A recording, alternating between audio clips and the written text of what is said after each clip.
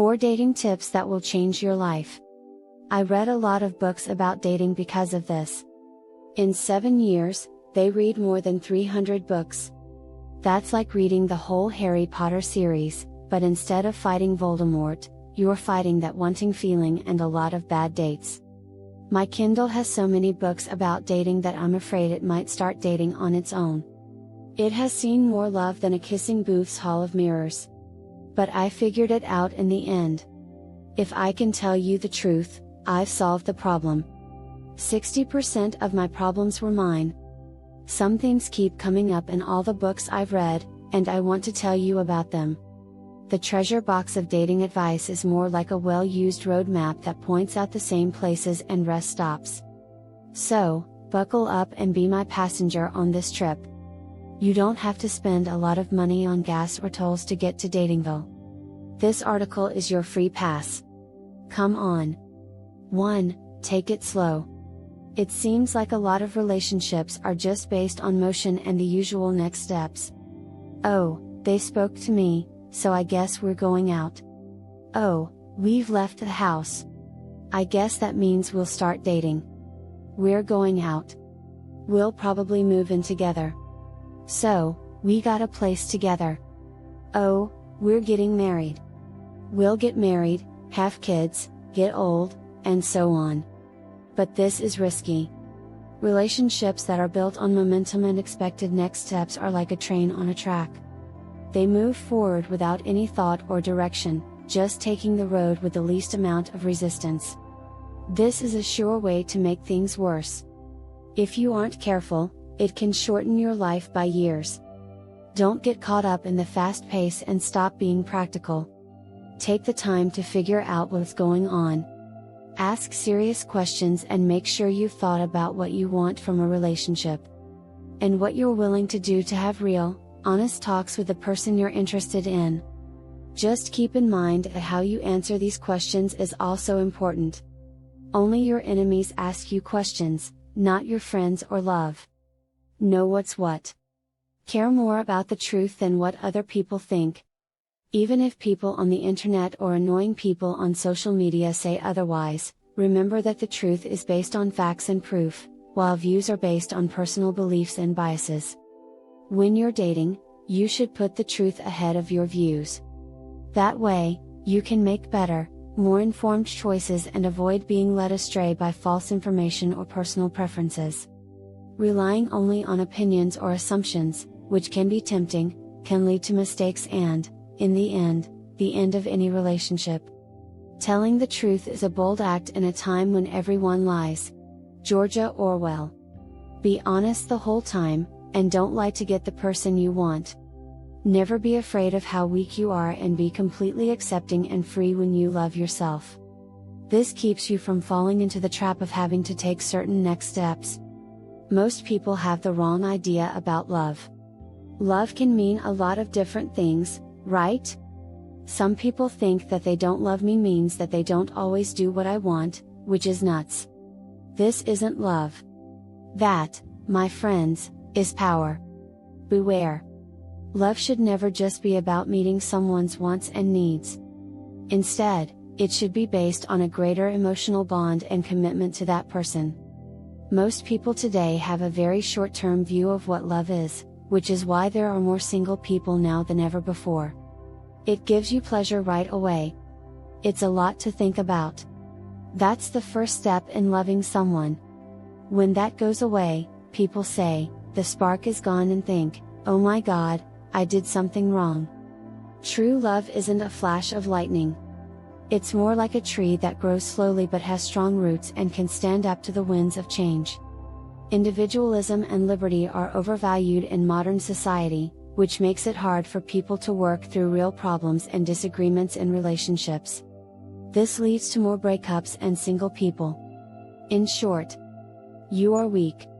The strength of most interactions is about the same as that of a wet paper bag. They leave no room for kindness, patience, forgiveness, or understanding. A study in the journal Social Science and Medicine found that countries with higher amounts of individualism tend to have higher divorce rates. The study looked at divorce rates in 33 European countries and found that individualism was a good indicator. A study in the journal Psychology Today found that people who value freedom and liberty tend to have a harder time keeping close relationships. The study talked to more than 3,000 people and found that those who scored high on measures of autonomy and freedom tended to have less pleasant relationships and more trouble solving problems. Believe me, I can see. It was great to be single for 7 years. Those were some of my best years. But the first few months of my current relationship were hard for me because I was so used to being on my own. Part of being in love is letting go of some of your pride, and many people aren't ready to do that. Love will always be only half of the story.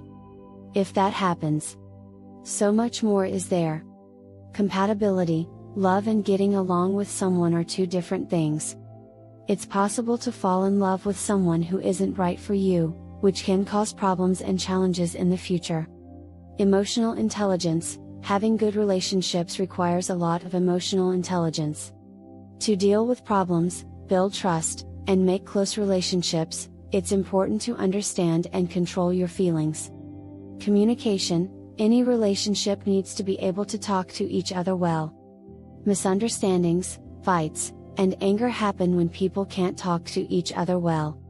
Shared beliefs, a long-term friendship needs to have beliefs in common. Couples who have the same goals and values are more likely to help each other through the ups and downs of life. Personal growth, it's important for relationship success that you keep growing as a person, which is a process that never ends. Working on yourself, learning new things, and getting better at things not only helps the person but also makes their relationships better. And look, I get it, none of the things I talked about above are sexy, controversial, or hard to understand. But they are the most important parts of a happy relationship. To settle for less than the above is like taking a shower in the rain. Nonsensical. Love takes up the same space in the brain as hard drugs. Yes, I mean it. Think about how intense and addictive that can be if you've ever been in the first month or 3 months of a relationship and thought, wow, why does it feel like I'm obsessed with this person?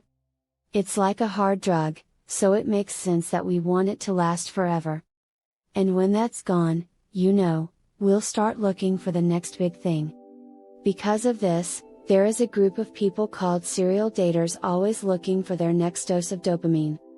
Because you will never be the same after 6 months. Be careful, because that in love mood can make it harder for your brain to block out bad things. So, you are wearing rose-colored glasses. This is where the phrase comes from. This means that when you're in love, you can look past things that should be red flags. Or choose to ignore obvious flaws in a person or a possible partner because you don't know what to do with yourself. When you're in love, your brain takes over so you can't see the sensible parts or flaws in someone. 3. Fitting together. The other half is getting along with each other. Love and getting along are not the same thing. Yes, I know you know this already. It's like putting fake lips on a woodpecker to go on a date. Redundant. But sometimes you fall in love with someone who is not a good match for you. It is possible. It happens all the time. Or sometimes you get along well with someone you know you don't love. I went through this 5 years ago. The worst breakup I've ever been through. We were crazy about each other and fell in love. I didn't understand how badly we didn't go together until after we broke up. It's not hard to fall in love. It seems that magic can happen sometimes when the right things happen in the right place at the right time, and this is a good thing. But if you don't have consistency, you're the punchline to a bad joke. Why do you watch shows about love that are based on real life? Then some people are crazy about each other. A month later, they're falling apart. It's like that show Love is Blind on Netflix. Or The Bachelor is a good example because those events were made up. I don't think they were in love.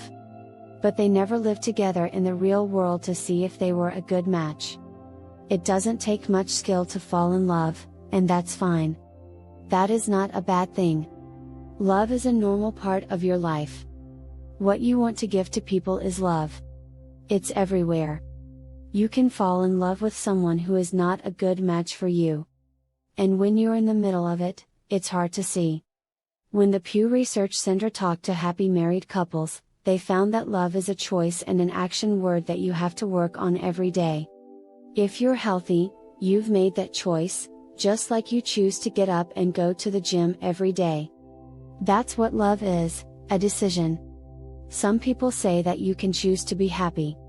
What you think makes up what you experience. Choose to love. Commitment is a choice. You don't have to keep looking for something better in the world you already know. All you need is one app. I'm not sorry for you, blaming you, or giving you a lecture. I want you to give and get the most loving feelings you can. But if you want a long-term friend, keep in mind that love and rapport are not the same thing. 4. No person is perfect. If you improve yourself, it will be easier to meet someone special. 10s like other 10s. I don't just mean people who are pretty in the usual way. I mean energetically, in terms of your way of life, your relationship, your values, your job, and your social group, and you don't get what you want. That's a self-centered and bad way to think. I think you draw who you are when you lift yourself and push yourself to live a life of wealth. This can be stopped. You can work on yourself and make changes. I had to learn the hard way, but I did learn. The change will happen when you move up a level to whatever random number you want to reach. So many people say they've tried everything and there's nothing left to do. It's not so. If you had done everything you could, you would have something. There is no place in the world where you deserve anyone at any time if you don't work on yourself. This is why you see so many stunningly good-looking people online who are always moaning about why they're single or how they're always the victim and the last person they dated was awful. They can't see anything but themselves. It's because they might look like a 10 on the outside, but most people are aware of how ugly they could be on the inside. When it comes to dating, the most useful thing you can do is work on yourself. It lets someone know that you're different and worth their time, and it sends out that still, small voice. I think it's one of the best ways to get people interested in you. Getting better at yourself. So, the next time you're making a list of what you want in a partner, keep this in mind. Ask yourself, what do they get out of it? If the list doesn't come close to what you want, it's not very good. You may need to take a long, hard look at how you go about dating. Like draws, like, and look, you can't ask for something you're not ready to give up. This is true for both men and women. In this way, none of you get off easy. When you work on who you are, those blocks and questions about your worthiness go away. When you stop playing games altogether, when you stop trying to fake confidence or being a 10 by playing games, that's when you stop being a player. Instead, you start the long and difficult process. Doing that deep work and becoming the 10. The majority of people don't want to do the work.